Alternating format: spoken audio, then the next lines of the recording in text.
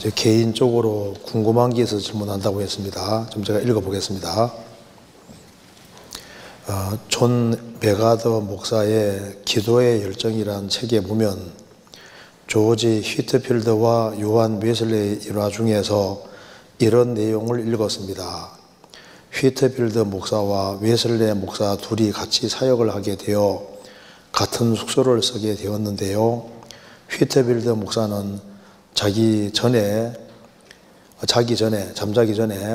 다음 날 있을 사역에 대해 사역이 하나님께 달려있고 하나님의 완전하신 뜻에 따라 우리의 수고를 축복해 달라고 짧게 기도하고 바로 잠을 자서 웨슬레 목사가 칼빈파는 그렇게 기도하나요? 라고 말했고 2시간 뒤에 잠에서 깬 휘트필드 목사가 웨슬레 목사를 보니까 아직도 기도 중이어서 가까이 가서 알고 보니 잠을 자고 있어서 흔들어 깨우면서 아르미니우스 파는 그렇게 기도하나요? 라고 했다고 합니다.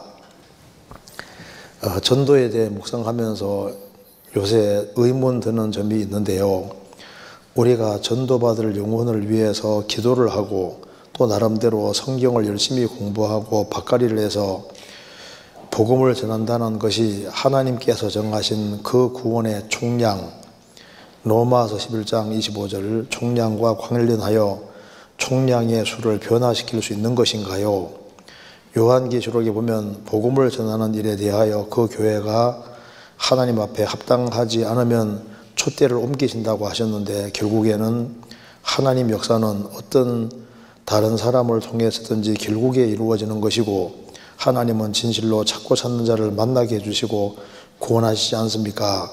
내가 열심히 성경 공부 밭갈이 기도를 하지 않아서 가족이나 주위 사람이 구원받지 못한다면 사실은 그 중심의 원인은 나에게 있는 것이 아니라 그 사람의 찾는 마음이 부족하고 구원받기 합당한 마음을 품지 않기 때문이 아닐까 생각이 듭니다.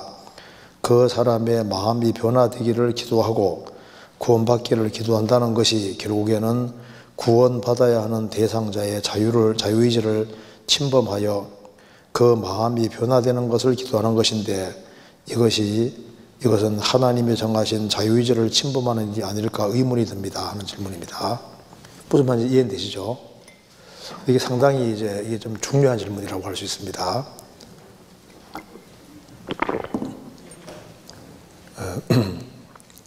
식사는 다 하셨죠? 네. 이게 좀 글을 좀 열심히 읽고 생각도 많이 하신 분 같은데 이 질문은 참 우리가 생각을 많이 해야 되고 이게 정말 중요한 질문이 아닐 수 없습니다. 한번 생각을 해봅시다. 먼저 존 메가더 목사의 기도의 열정이라는 책에 보면 조지 휘트필드와 요한 웨슬레의 일화 중에서 이런 내용을 읽었습니다. 존 메가더 목사의 기도의 열정이라는 책에 보면 근데 책을 읽을 때 조심해야 됩니다. 왜냐하면 책이 다 맞는 게 아니에요. 성경 이게 잠언 한번 찾아봅시다. 잠언 25장 잠언 25장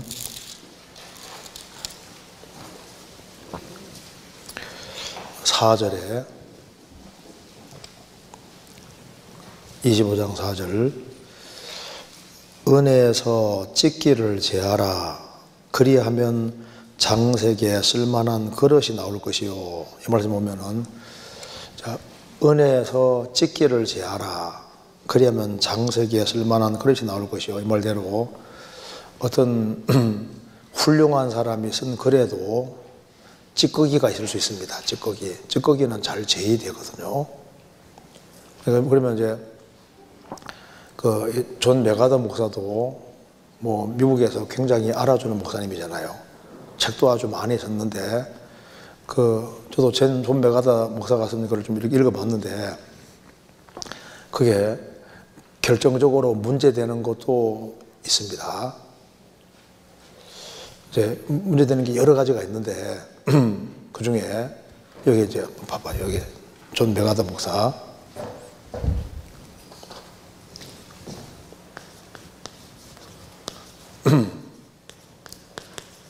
존 메가더 목사가 책도 아주 많이 쓰고 그러니까 정말 아주 성경적으로 건전하게 글을 잘 쓰는 건 맞는데 은혜에서 찢기 제하라는 말이 있는 그대로 찌꺼기가 있는 거예요. 안 맞는 게 있는 겁니다. 그 여러 가지가 있는데 간단하게 이제 존 맥아더 목사는 예정론을 상당히 강조합니다. 그러니까 천당 갈 사람, 지옥 갈 사람 미리 정해져 있다. 이걸 상당히 강조하는 거예요. 또 한 가지는 뭐냐면은 제가 이제 존 맥아더 목사 쭉 읽어보면은 항상 이 마음에 거리 끼는 게 하나 있는데 그게 뭐냐면은요. 이제 이거 예수님의 피 있지 않습니까? 예수님의 이 피에 대한 강조가 없습니다. 예수님 피를 단순히 그냥 피 흘린 건 그냥 대속에 불과한, 그러니까 예수님의 대속으로 치부하고 예수님 피에 대한 강조가 없는 것이 상당히 중요한 특징에 속하는 거예요. 그리고 이제 그다음에 이제 세 번째로 이제 중요한 게 뭐냐면 이게 이제 로드십 셀베이션이라고 해서 그 하나님의 그 주권을 인정하는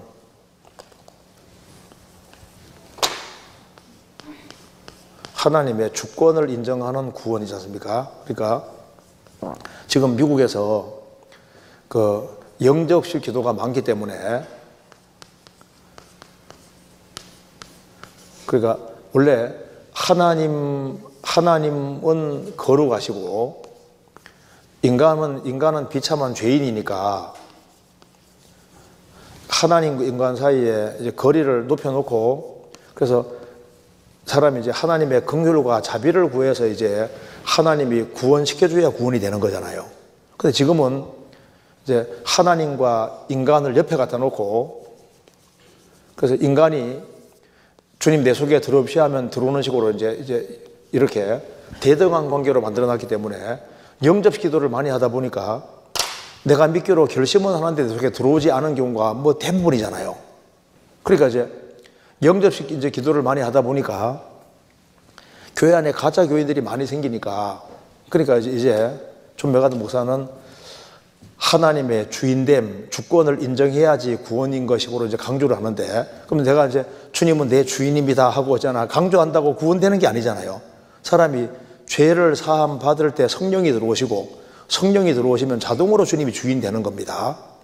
그러니까 이제 죄를 실제로 사함 받고 성령이 들어오시면은 자동으로 주님은 내 구세주인 동시에 주가 되는데 그 사람이 이제 예수님은 내 주인이라고 고백하고 주인으로 믿고 살아간다고 해서 구원받은 건 아니거든. 근데 이제 이걸 하나님의 주권을 인정해야지 구원되는 식으로 이렇게 구원관을 좀 새로 만드는 거잖아요. 이거 성경 안 맞아요. 그러니까 이제 존 맥아더 목사가 좋은 책도 많이 쓰고 또 영향력이 큰 거 물론 다 좋죠. 열심히 살아가는 건 뭐 좋고 다 좋은데 그런데 그 중에서도 안 맞는 얘기도 한다 그 말입니다. 안 맞는 얘기. 그런 것은 찍기는 제의되는 겁니다. 그래서 고린도 교회 하면은 고린도에 있는 하나님의 교회인데 그 구원받은 사람들이 교회가 벌써 파가 4개가 생겼잖아요. 나는 바울파다, 나는 아볼로파다, 나는 게바 베드로파다, 나는 뭐 너희들은 파가 3개야, 우리는 예수파다. 파가 4개 생겼잖아요. 그리고 이제 고린도 교회 안에 음행하는 죄도 있고 법적인 소송 문제 때문에 고소하는 사람도 생기고 뭐 성찬용 포도주 마셔가지고 술 취하는 사람 생기고 그 신앙생활에 보면 아주 엉망인구도 많았습니다. 근데 그들이 다 성경에 구원받았다고 되어 있거든요. 주님 오시면 주님이 다 데려간다고 성경에 말씀했잖아요. 그러니까 이제 구원이라는 것 자체를 얘기를 할 때 신앙생활을 잘 못하는 사람이 있기 때문에 잘 못하니까 그러니까 주권을 인정해야만 구원이라고 해서 새로운 구원관을 만들면 안 되는 거예요. 구원은 회개하고 실제로 복음 믿어서 구원을 받는 겁니다. 그리고 회개하고 복음 믿을 때 성령이 도와주시면 믿어지잖아요. 믿어지면은 자동으로 주님이 주가 되는 겁니다. 그렇기 때문에 영적 기도가 많아져서 주님의 주권을 인정하는 식으로 돼야만 구원인 것처럼 이렇게 구원관을 새로 만드는 것은 전통적으로 없는 구원관을 새로 만드는 거니까 그건 성경적으로 상당히 위험한 게 되는 거예요. 그리고 예수님의 피 자체가 효력이 있습니다. 왜냐하면 예수님 피는 사람 피가 아니거든요. 사도행전 20장 28절에 하나님이 자기 피로 사신 교회 지게 하시느니라. 하나님이 자기 피로, 예수님 피는 죄 없는 피인 동시에 하나님 피라고 되어 있는. 그러니까 성경에서 예수님 피에 대한 강조가 굉장히 많잖아요. 그러니까 예수님 피는 단순히 대속으로 이렇게 치부하는 식으로 이게 축소시키면 안 됩니다. 피 자체에 대한 강조가 없는 게 두드러진 특징에 속하는 거예요. 그리고 존 메가더 목사에게 이제 배운 사람들하고 얘기하다 보면요, 다 예정론자들, 예정론자. 천당 갈 사람, 지옥 갈 사람 미리 정해진 거로 태어날 때부터 천국 갈 사람, 지옥 갈 사람 정해진 채로 태어난다고 하는 이것이 성경적으로 상당히 문제가 심각한 겁니다. 그러니까 책을 읽을 때 할 때 조심해서 읽어야 돼요. 읽어야 되는데 여기서 이제 보면은 기도 열정이라는 책에서 조지 휘트필드와 요한 웨슬레이 일화 중에 이런 내용을 읽었습니다. 그러니까 이제 이 로드십 셀비에이션 이런 식으로 되면요, 그러면 애들이 구원받을 수 있냐고. 성경에서 애들처럼 돼야 천국 간다고 했잖아요. 애들도 회개하고 복음 믿을 수 있거든요. 뭐 주권이고 뭐고 몰라도 회개하고 복음 믿으면 구원받을 수 있잖아요. 어쨌든 간에 여기에 이제 기도 열정이라는 책에 보면 조지 더필드와 요한 웨슬레의 일화 중에 이런 내용을 읽었습니다. 그래서 이제 휘트필드 목사와 웨슬레 목사 둘이 같은 사역을 하게 되어 같은 수로 소개됐는데, 휘트필드는 자기 전에 다음날 있을 사역에 대해서 사역이 하나님께 달려있고 하나님의 완전하신 뜻에 따라 우리 수고를 축복해달라고 짧은 기도하고 바로 밤을 자니까 웨슬레 목사가 칼빈파는 그렇게 기도하나요? 라고 말했고, 2시간 뒤에 잠에서 깬 휘트필드 목사가 웨슬리 목사를 보니까 자기가 잘 때 계속 기도하고 있었거든요. 아직도 기도 중이어서 가까이 가서 보니까 기도하는 중에 잠이 들은 겁니다. 그래서 흔들어 깨우면서 아르미우노스파는 그렇게 기도해라고 말했다고 합니다. 이게 무슨 말이냐면은 휘트필드하고 요한 웨슬레가 절친한 친구잖아요. 그래서 같이 대학 다니면서 홀리 클럽 만들어서 정말 이 둘이 굉장히 친한 친구 관계인데 둘 다 구원을 받았습니다. 그러니까 이제 웨슬레도 구원받고 휘트필드도 이제 구원을 받았는데 이제 나중에 둘이 이제 갈라지게 되잖아요. 왜냐하면 휘트필드는 이제 칼빈의 교리를 더 많이 받아들여서 이제 칼빈파 쪽으로 가는 겁니다. 칼빈파 쪽으로. 그런데 이제 요한 웨슬레는 구원을 받고 아리미우노스적인 경향이 치닫지는 거예요. 그래서 둘이 이제 성경 보는 관점이 달라져서 따로 이제 흩어져 사역을 하게 되고, 그래서 이제 휘트필드는 이제 뭐 세계 방방곡곡 다니면서 열심히 전도를 해가지고 그렇게 하고, 이제 요한 웨슬레도 전도를 했는데 둘이 이제 성경 보는 입장이 상당히 다른 거예요. 그래서 여기 이제 나와 있는 내용대로 칼빈파는 그렇게 기도하나요? 그러니까 이제 휘트필드는 칼빈파에 속하는 겁니다. 그리고 이제 웨슬레 목사는 아리미우스파는 그렇게 기도하나요? 그러니까 이제 아리미우스적인 경향이 이제 걷다는 겁니다. 그러니까 휘트필드는 칼빈파에 속한다는 말은 하나님의 주권을 강조하는 쪽으로 갔다는 얘기고, 웨슬레는 인간의 책임을 강조하는 쪽으로 갔다가 말입니다. 그러니까 이렇게 이해할 수 있죠. 여기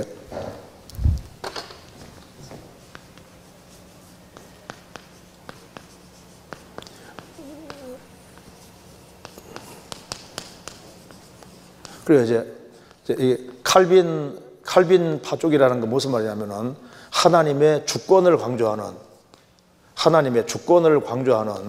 이쪽이 이제 칼빈파고, 웨슬레는 인간의 책임을 강조하는, 인간 편에서의 책임을 강조하는 이제 이쪽으로 가니까 그러니까 저 휘트필드하고 웨슬레가 이제 성경 보는 관점에 상당한 차이가 있기 때문에 이제 이런 얘기가 나오는 겁니다. 우리가 보면요, 그 휘트필드가 정말 하나님 앞에 귀하게 쓰임 받은 사람입니다. 둘 다 구원받은 사람이니까. 그래서 휘트필드가 웨슬레보다는 설교를 더 잘했다고 해요. 한 번은 이제 휘트필드가 설교할 때마다 목소리가 워낙 큰 사람이니까 한 번 설교할 때 뭐 한 2만 명씩도 모여서 말씀 들을 때도 그 소리가 다 들렸다고 하니까 목소리 굉장히 크다는 걸 알 수 있잖아요. 그래서 휘트필드가 설교할 때마다 사람들이 이렇게 많이 모여다니니까 한 완고한 사람이 도대체 왜 저렇게 사람들이 많이 몰려다닐까 궁금하니까 그 야외 집회할 때 나무에 올라가서 이렇게 휘트필드가 설교하는 거 보고 있었다고 하잖아요. 그 목소리 듣기 싫으니까 귀 딱 들어막고 듣고 있는데 이제 보고 있는데 파리 한 마리 여기 붙었다고 하잖아요. 그래서 이제 코를 흔들었는데 이게 안 떨어지니까 이제 파리를 탁 치는 순간에 뭐라 했는지 아시죠? 휘트필드가 귀 있는 자는 들어라. 그게 비수같이 마음에 꽂혀서 귀를 열고 그 나무 위에서 말씀을 듣다가 내려와서 결국은 믿었다는 얘기가 있습니다. 자, 휘트필드에 대해서는 일화가 굉장히 많잖아요. 그 휘트필드가 필라델피아 전도를 갔는데 거기에서 이제 야외에서 밤이 어두워지니까 한 학생이 이제 휘트필드 목사가 설교할 때 성경 비춰주려고 랜턴 켜서 이렇게 비춰주던 소년이 있었는데 그 소년이 열심히 듣다가 랜턴을 떨어뜨려서 깬 적도 있습니다.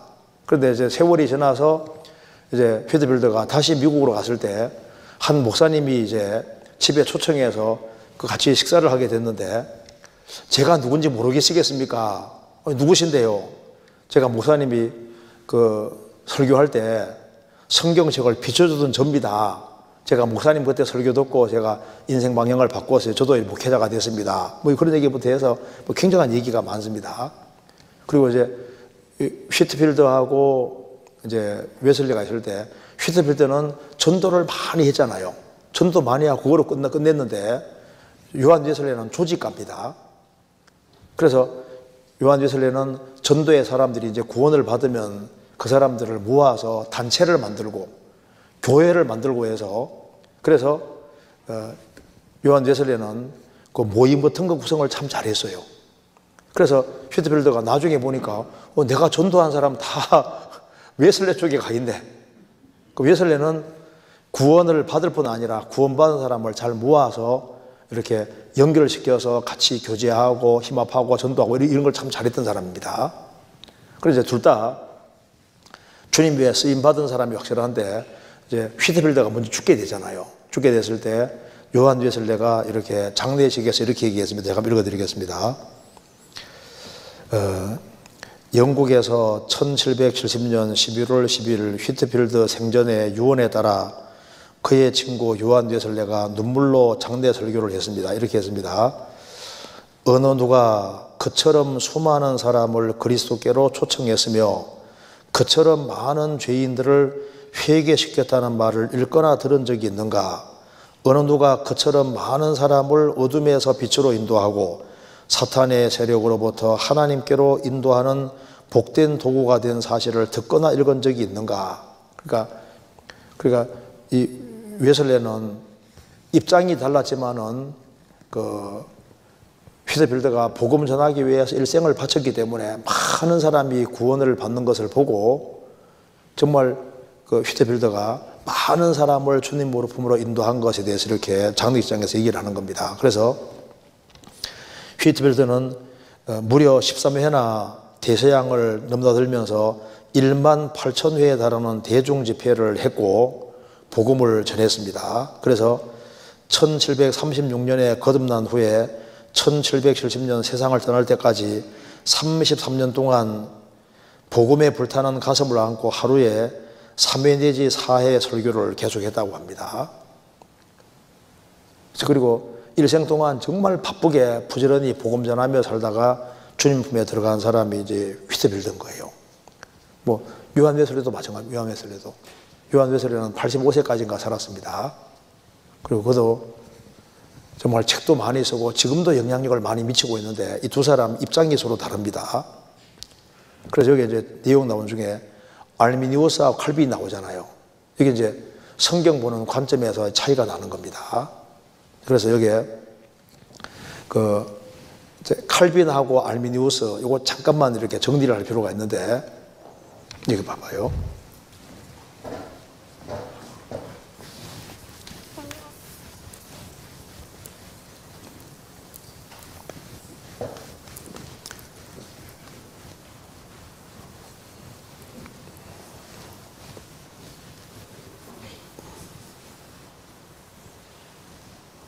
자, 먼저 우리가 알아야 될 것은 자, 이 거듭남이 있고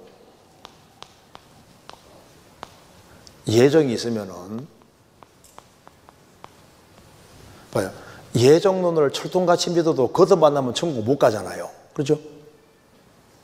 근데 예정론을 철저하게 믿어도 거듭 안 하면 천국 못 가는데 예정론 몰라도 확실히 거듭나면 천국 가잖아요. 그러니까 예정론보다 더 중요한 것은 거듭나는 게 더 중요한 거다 그 말입니다. 맞잖아요? 그래서 이제 거듭난 사람은 뭐 예정론을 믿든 안 믿든 간에 거듭난 게 확실한 사람은 천국 가는 거니까. 그러니까 휘트필드도 거듭났고 웨슬레도 거듭났으니까 거듭난 사람이 이제 이런 입장 저런 입장 가지고 전도를 열심히 하고 살아갈 때 거듭난 것 자체가 없이는 건 아니잖아요. 그런데 어느 것이 더 성경적이냐 하는 건 굉장히 중요한 문제가 되는 겁니다. 그러니까 이제 이게 이 칼빈이 실제로 이중 예정을 주장한 사람입니다.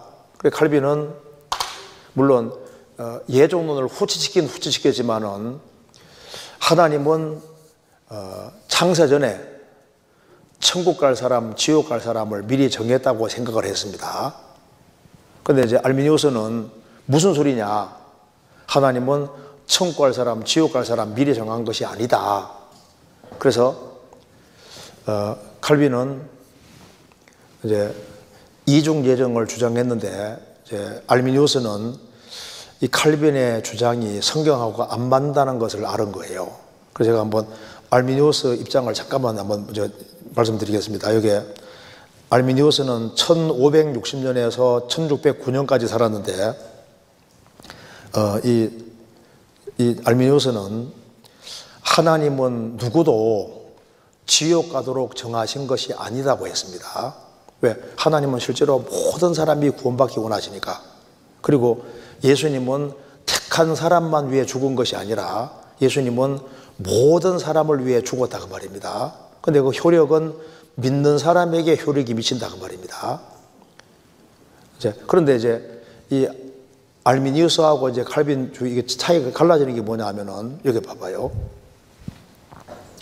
칼빈은 모든 걸 하나님의 주권으로 이해했기 때문에 일단 한 사람이 확실하게 거듭나게 되면은 중생한 하나님의 아들은 절대 이루어지지 않는다. 그래서 이제 구원을 받은 하나님 아들은 절대 이루어지지 않는다. 그걸 아주 강하게 주장했습니다. 그러니까 구원받은 자녀가 이루어지지 않는다는 말은 맞잖아요.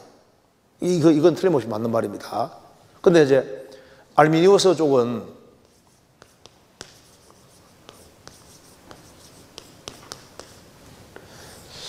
천당 갈 사람, 지옥 갈 사람 미리 정한 게 아니고 예수님은 모든 사람 위해 죽으셨기 때문에 사람이 회개하고 복음을 믿는 사람은 자기 것이 될 수 있으니까 누구든지 믿으면 구원받는다 말이 맞잖아요.